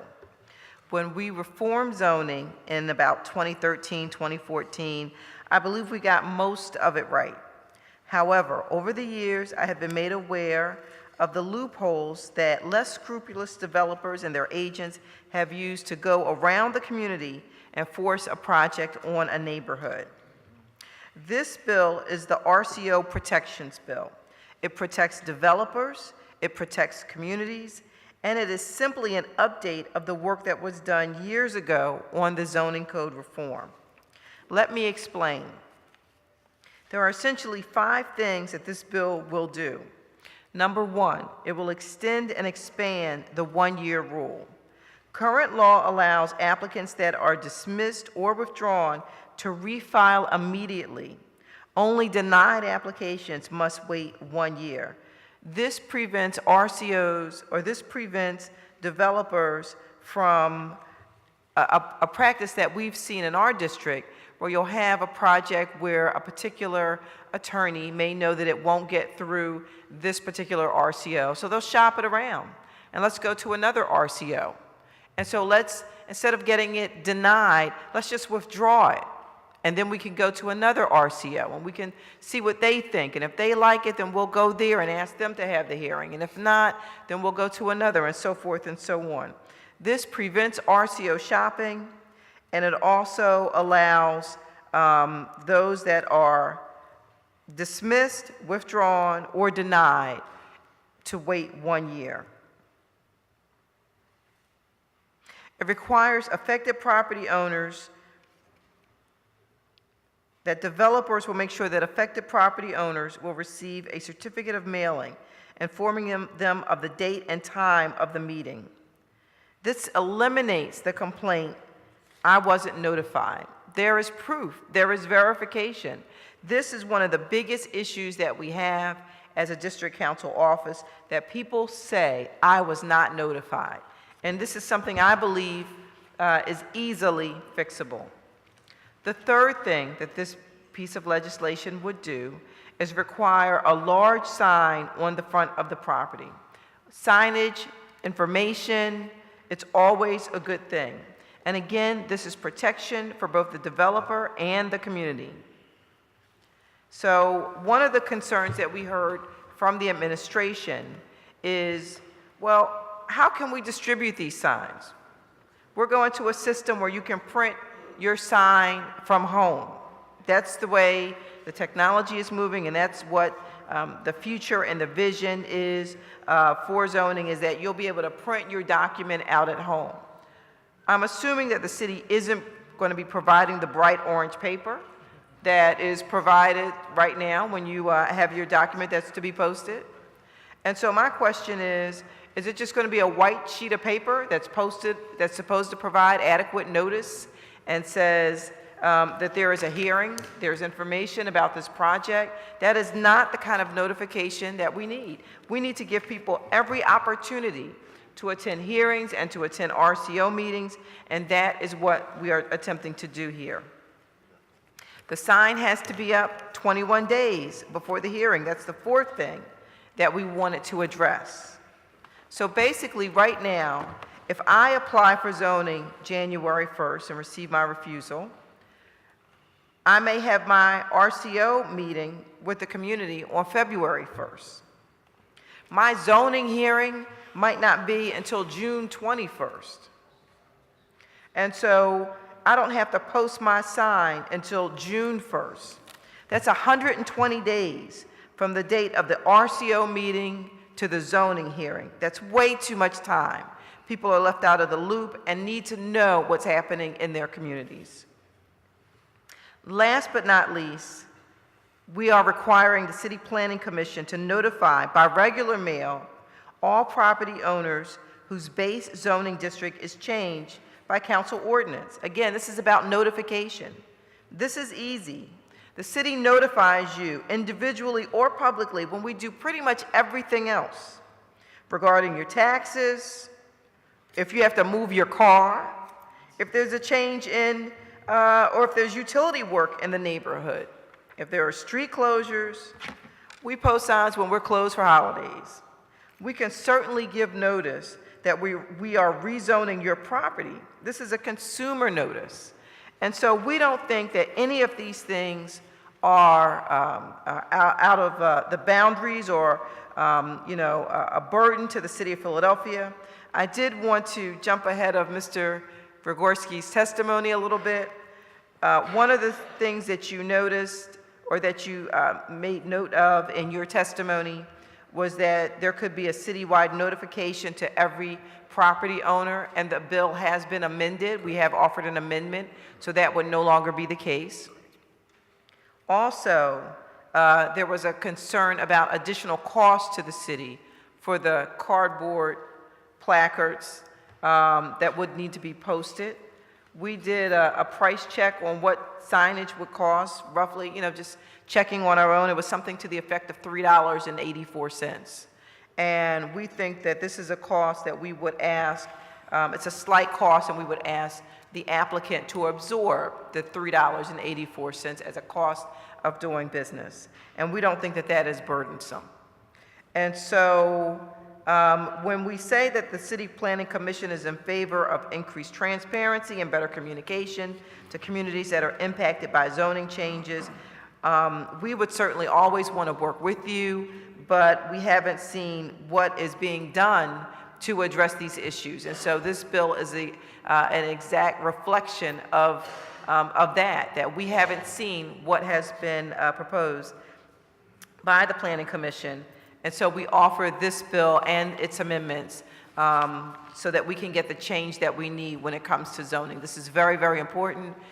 Zoning follows a property, and we just can't have things that fall through the crack. We can't have the loopholes, and we certainly hope that everyone can understand that this is about consumers and consumer protection. So thank you, Mr. Chairman, for the time. Thank you, Councilwoman. If I could just ask, I know the amendments have a lot in here. Are a lot of those in reference or in answer to some of the concerns that were raised by the administration? Okay. All right. Thank you. I think before Councilman Johnson, you wanted Councilman Johnson. Yeah, good job, Councilwoman. I just do have a question. Can you just clarify for me the certified mail component? And how does that work? I know a lot of times when you have certified mail, a recipient has to sign for it. And so I know when you're covering a particular area for development project, sometimes people are home, sometimes people aren't home. So what happens during that process? And I'm assuming because it is certified mail, that's proof that the developer did their due diligence to notify everyone. So just clarify that component for me, please. Certainly. So it's not actually certified mail, it's a certificate of mailing, which basically, we use the certified word, which is a little bit confusing. But it's essentially the post office guaranteeing that they have delivered the mail to your address. So you don't have to be there, you don't have to sign for it, but essentially you're paying to ensure that this mail is going to be delivered to your property, to your address, that you have received it. But no one has to sign for it. Okay, and there's another component. Sure. Because we deal with this a lot as well. And so that takes out the way of a developer who says they want to have, because a lot of times they'll hire people from the neighborhood, right, to put flyers in people's doors. So that process is no longer a part of this process because now you're going through an official notification process to make sure everyone got notified for the record. Well, we would encourage them to do both. We want, the law to be that, there's a guaranteed proof, that you have received this notification. And again, this protects the developer. So that people cannot come into zoning hearings and say, you never notified me. And they can say, oh, yes, we did. Here's the verification right here. But we would encourage them to, again, follow the law, do the certificate of mailing, and also, they could still hire folks from the neighborhood to go out and canvass and to make people aware of their project. And just the last thing, just for planning, will you guys be coordinating with the developer with the certificate component for the record as a part of the package that says, like normally we would get a letter from you, an email from planning saying these RCOs need to be notified that XYZ development is taking place in the neighborhood. Correct. So you will also have a copy of this certificate just for the record stating that everyone has been notified in a particular area. We think it would be part of the zoning board record, so it'll be in all the folders for each, case. Good. Now, I'm going to follow up because I know Heenan had some work regarding the area of notification from RCOs. And so I know I held off on my bill. I'll follow with my staff because my biggest thing is making sure within a certain area. It's like one time, development project was going on where half my block knew and the other half didn't know. And it kind of didn't make sense because the project was like pretty much in the middle. And so it created a whole lot of discontent on the block because at the end of the day, people do want to be notified about what's going on. And okay, cool. Cool beans. Thank you. Thank you, Councilman. Thank you. Sorry, Mr. Gregorski, I know you haven't officially put your statement in, so please proceed. Marty Gregorski with the Philadelphia City Planning Commission, here to testify on bill number 180295, which was introduced in the City Council on April 5th of this year by Councilmember Bass. Bill number 180295 amends Chapter 14-300 Administration and Procedures section of the zoning code by increasing the scope of the one-year rule, which requires a time restriction before cases refused by the Zoning Board of Adjustment can reapply to L&I. This bill would add cases that are dismissed by the ZBA to the list of cases covered by the one-year rule. This bill would also require notification of affected properties by all zoning bills passed. For some proposed bills, this could be a citywide notification of every property owner. There are several proposed changes to the registered community organization process, including the determination of the coordinating group, how notices are sent to impacted neighbors, and what information should be provided in the notification letter and on an additional corrugated cardboard zoning poster. The City Planning Commissioner is in favor of increased transparency and better communication to communities that are impacted by zoning changes and new development in the neighborhood. However, many of the proposed changes will be onerous to the average homeowner seeking de minimis variances. The notification process proposed include additional costs to both the applicants and the city. Given these outstanding issues, the City Planning Commission staff is working with Councilmember Bassner's staff to try to address the concerns of the City Planning Commission staff and of the development community. The City Planning Commission considered Bill number 180295 at its meeting of May 15th of this year and recommended that it not be approved, and I'd be happy to answer any questions. Thank you, sir. On the amendments, and I asked Councilwoman Bass this, that does it, some of the amendment, you saw the amendments? I've seen, I think what I have is the most recent amendments, and Okay. some of our concerns are addressed. Some have been. Okay, all right, thank you. Any other questions for Mr. Gregorski? No, okay, seeing none. I know we do have some people. We got you, Reverend Williams, relax, we got you. Ms. Marconi, we're gonna call up three at a time. You wanna call up the names we have, please? Gary Jonas, Al Gerard, and Chris Bordelin. I'm not seeing, I assume you're, Mr. Moranski, you're going to speak for BIA. All right, why don't we call a couple more now, because I don't see the other two coming up. Reverend Chester Williams, Sloan Folks. Sloan folks. All right. Got a lot of names, but they're not here. Next name, Ms. Marconi? Eric Bryce. We got Eric Bryce here? There we go. Okay, so we got three. We got three, okay. Come on up. Mr. Moranski, why don't you start? Just state your name for the record and proceed, please. James Moranski, President of the BIA. Thank you, Chairman Greenlee and the members of the Rules Committee for the opportunity to comment on Bill number 180295.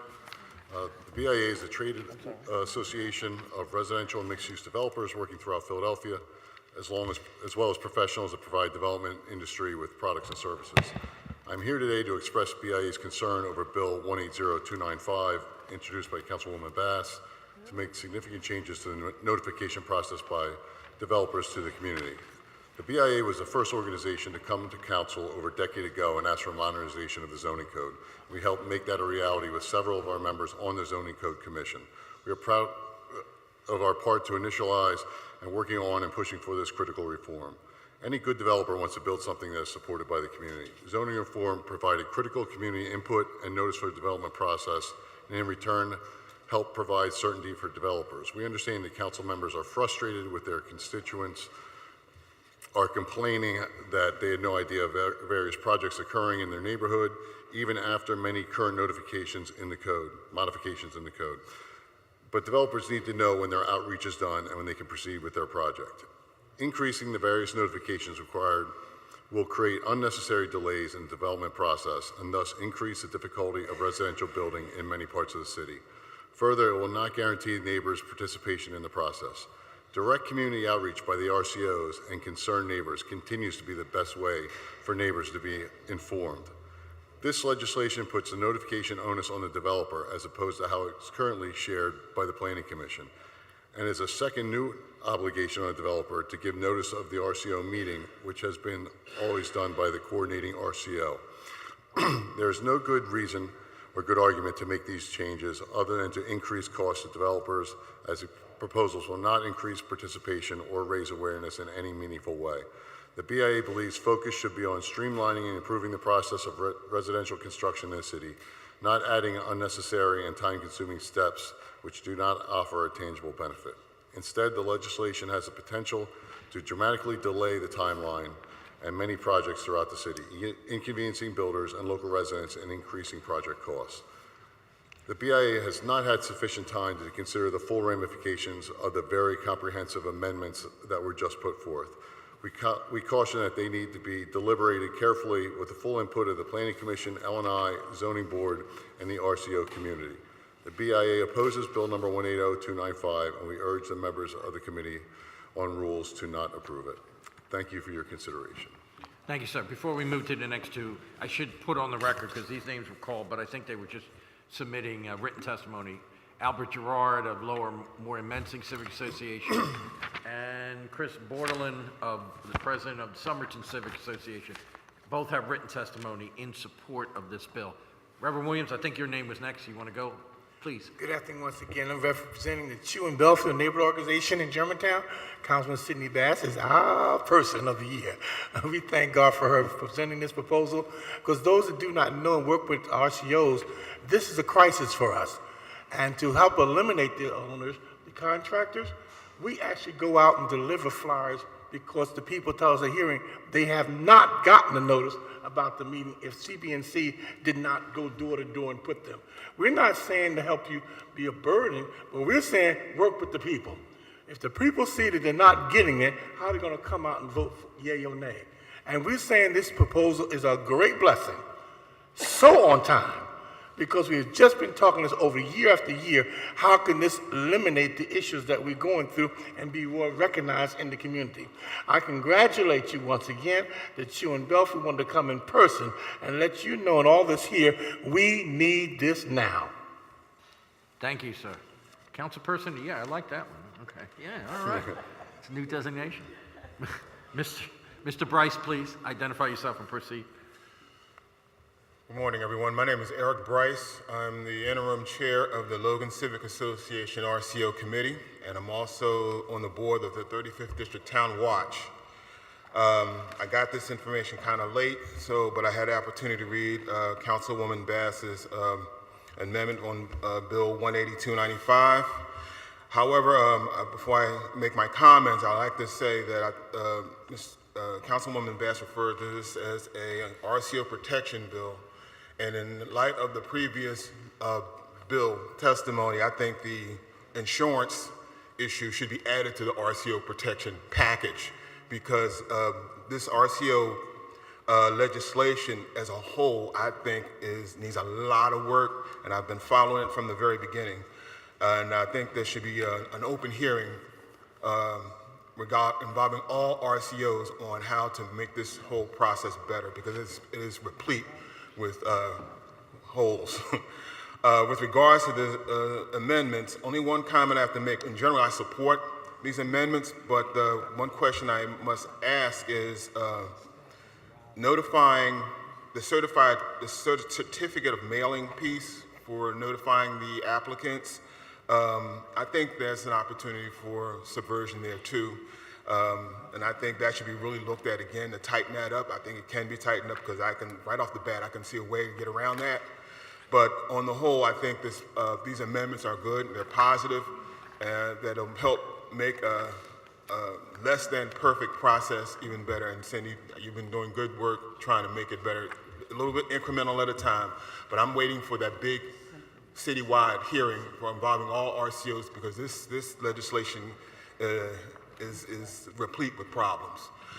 With regards to developers, I'm sorry you guys are inconvenienced.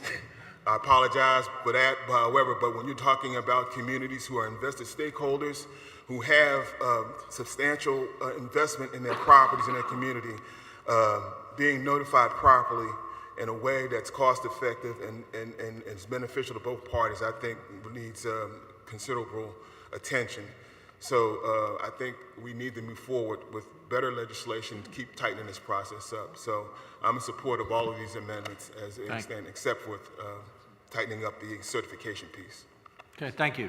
Thank you. Thank you all. Councilwoman, before you leave, Councilwoman? I want to thank you all for being here today, and Mr. Bryce, I would love to, have a conversation with you so that we can, further explore what your concerns are and address them. We're certainly open to working to strengthen what we have already. So if, you or anyone really has any ideas that we think could better protect both the community, the development community, and our neighborhoods, then we would love to have those conversations. So we're certainly open to talking further. Thank you, Councilwoman. You're welcome. Any other questions? Councilwoman Reynolds Brown? A point of information. Good afternoon, gentlemen. You mentioned that there's going to be a citywide RCO meeting? No, I'm waiting for that one. Oh, you're I'm waiting for Said he'd someone like to to see it, say, yes. we need to have that.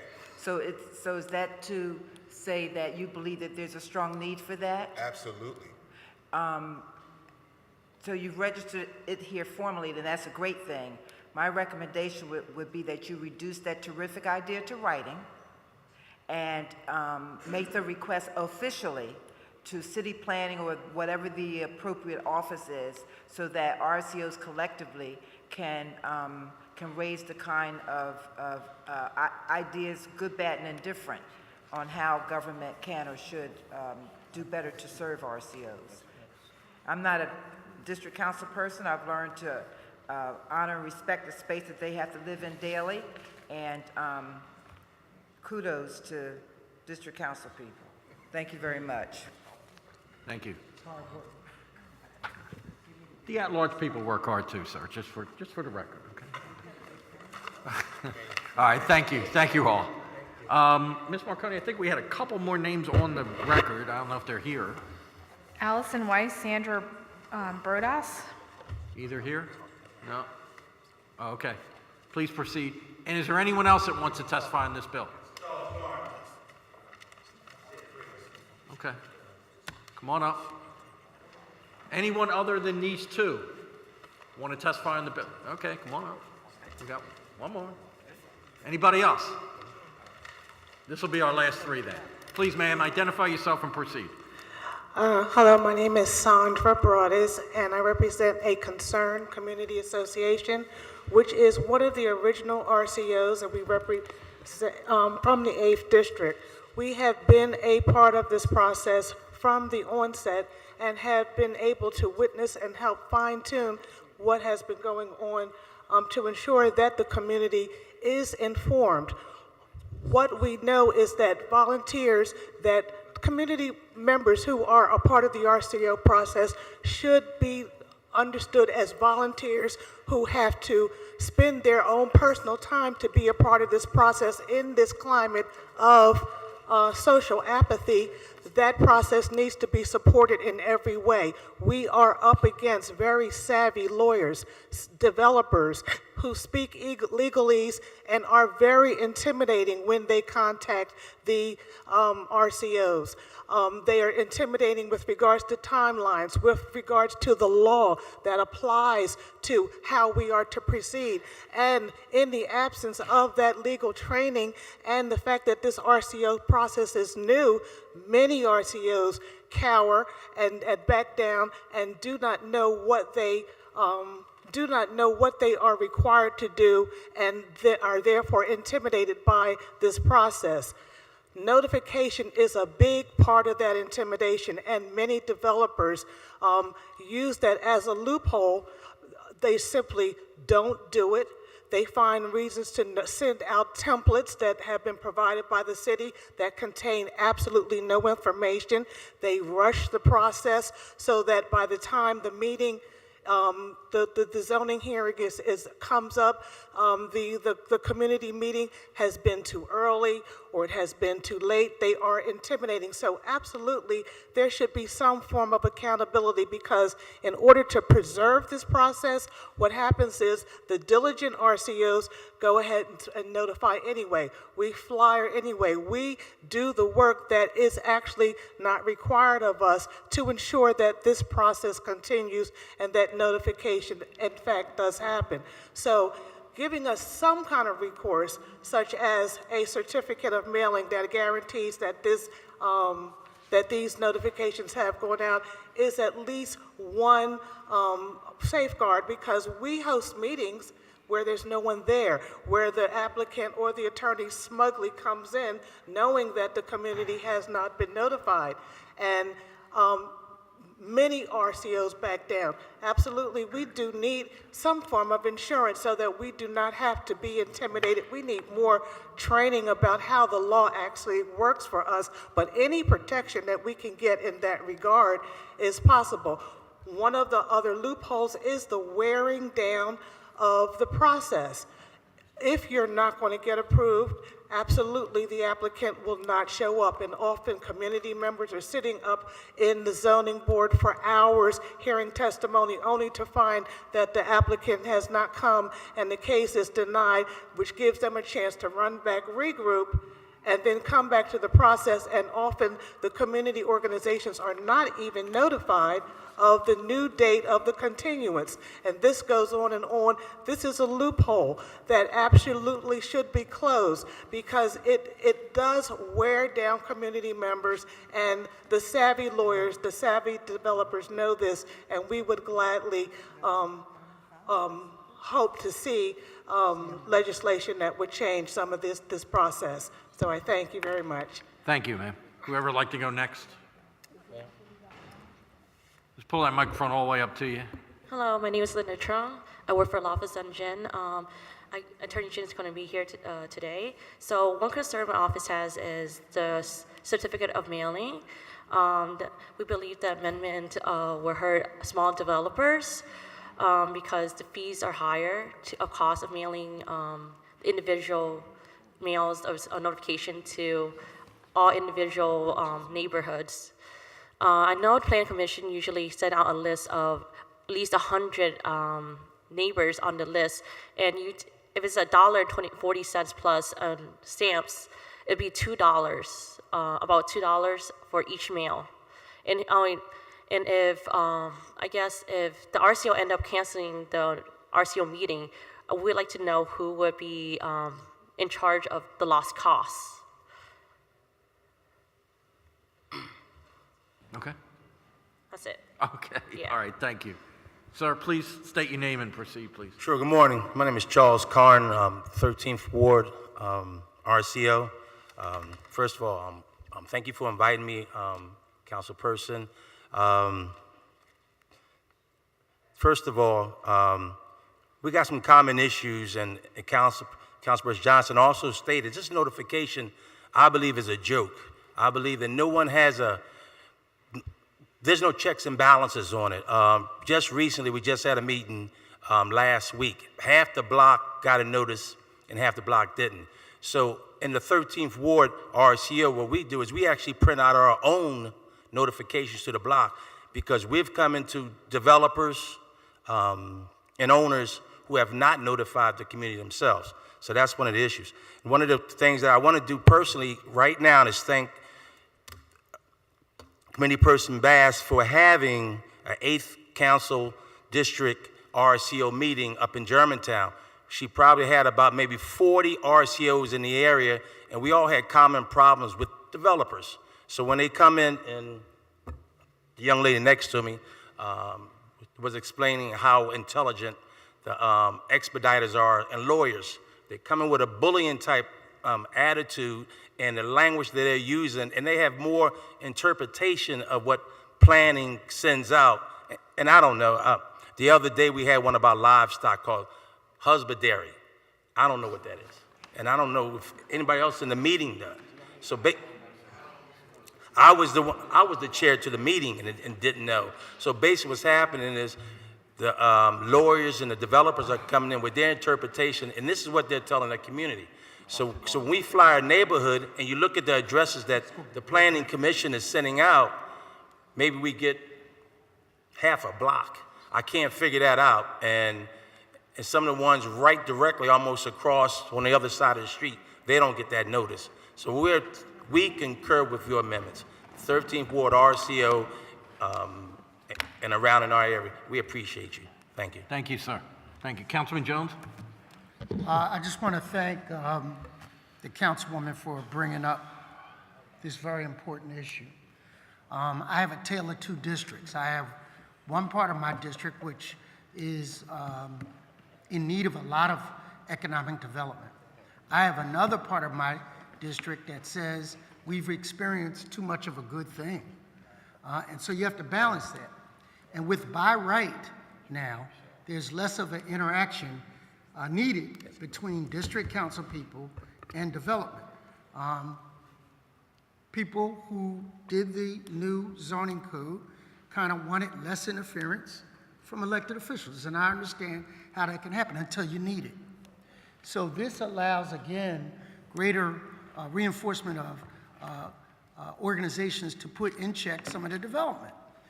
I went up and did a walking tour of one of my, and I'm careful not to say which part of my district, but in one part of my district, they wanted to develop an old warehouse. And the developer came in and said, here's what it's going to be. This is what it's going to look like.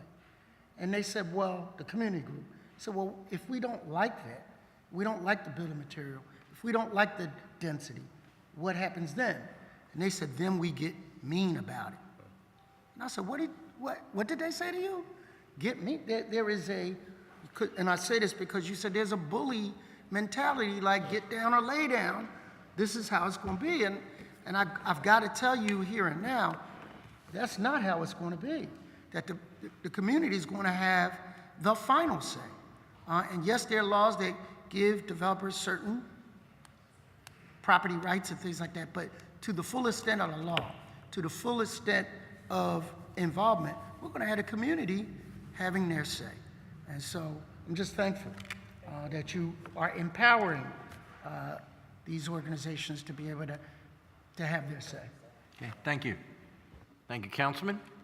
Nothing else, no other questions. Thank you all very much. Thank you for your participation, your efforts. Mr.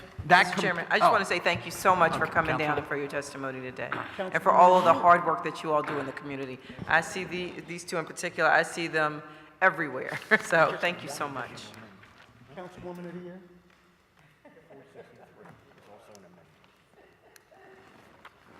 Okay, that completes our public hearing much quicker than I thought. It's great. I thought we'd be here a while longer.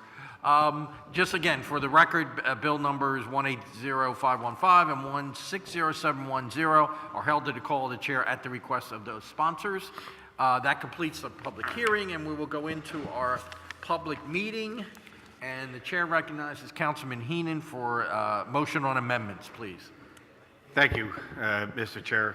I move that the amendments to Bill number 180423, 180424, 180451, 180496, 180498, 180507, 180510, 180511, 180346, and 180463.